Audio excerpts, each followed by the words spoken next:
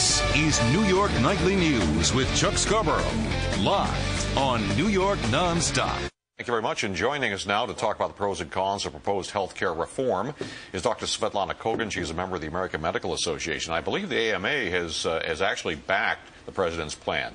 But you have some questions about it. That's correct, Chuck. I'm here to represent doctors in private practice. Unfortunately, many of us, there is no uniform opinion. Many of us are hospital employees. Some of us are in large practices, partially subsidized by the hospitals. I'm a private physician. I went into solo practice because I love individualizing, customizing patient care. I know my patients by name, and I don't want to lose touch with my patients. Is that what you think the president's plan would do, would make you lose touch with your patients, would not allow you to individualize your care anymore? Yes, I have a lot of philosophical objections here.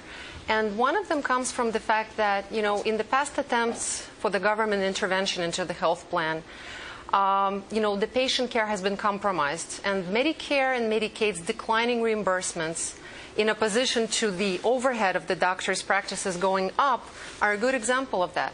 In addition, when we look at the plan, look at what's being proposed. The universal health care with mandatory participation from physicians who are accepting Medicare at the moment. Where's my freedom of choice? As a patient, I will not have any out-of-network benefits. So if I don't like, let's say, the way my doctor is taking care of me, I don't have a choice to go and see another physician. I will not be covered for that. So it's like not having a health care coverage at all.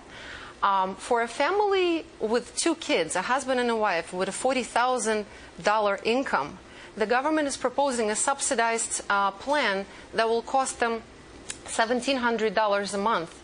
And they're saying that this is as opposed to the $12,000 coverage that exists in place at the moment.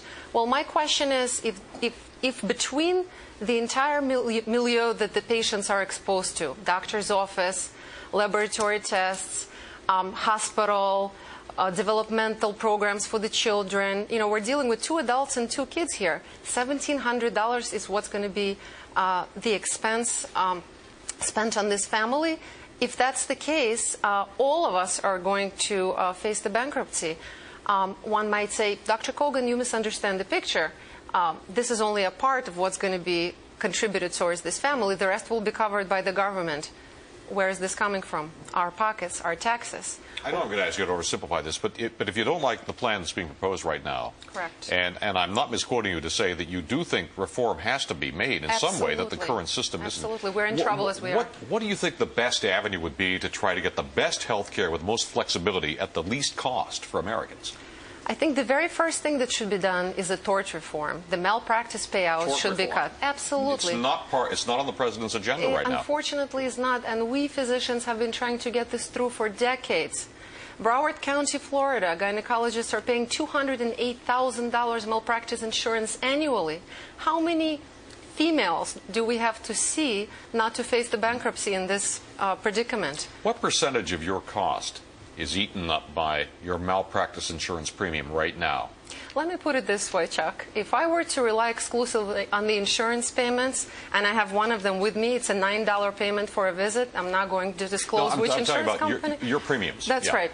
So if I were to rely on my malpractice insurance premiums. How much could you reduce your price if you didn't have to pay this malpractice tremendously. premium? In Texas, an internist is facing a $2,000 malpractice premium per year, while I, in New York, have to pay a $25,000 claims only per year. So it's quite a difference. So this would definitely be one of the venues to start with. In addition, I would definitely force the insurances accept people with pre-existing conditions. Cover for preventive care. Diabetic and cholesterol situation is terrible. We have a 30% obesity. You think there's a private solution? The government doesn't have to do it. It's like a bad marriage. If we have a bad husband or wife, do we immediately turn around and go and start seeing somebody else? No, we go to a family counseling, we try to work things out. And this is what I think we should do. We used to have the best medicine in the world. People are still flocking from all over the world to partake of our medicine. Let's work with what we have. All right, Dr. Kogan, thanks for coming in and sharing your thoughts with us. It's my pleasure. We appreciate it.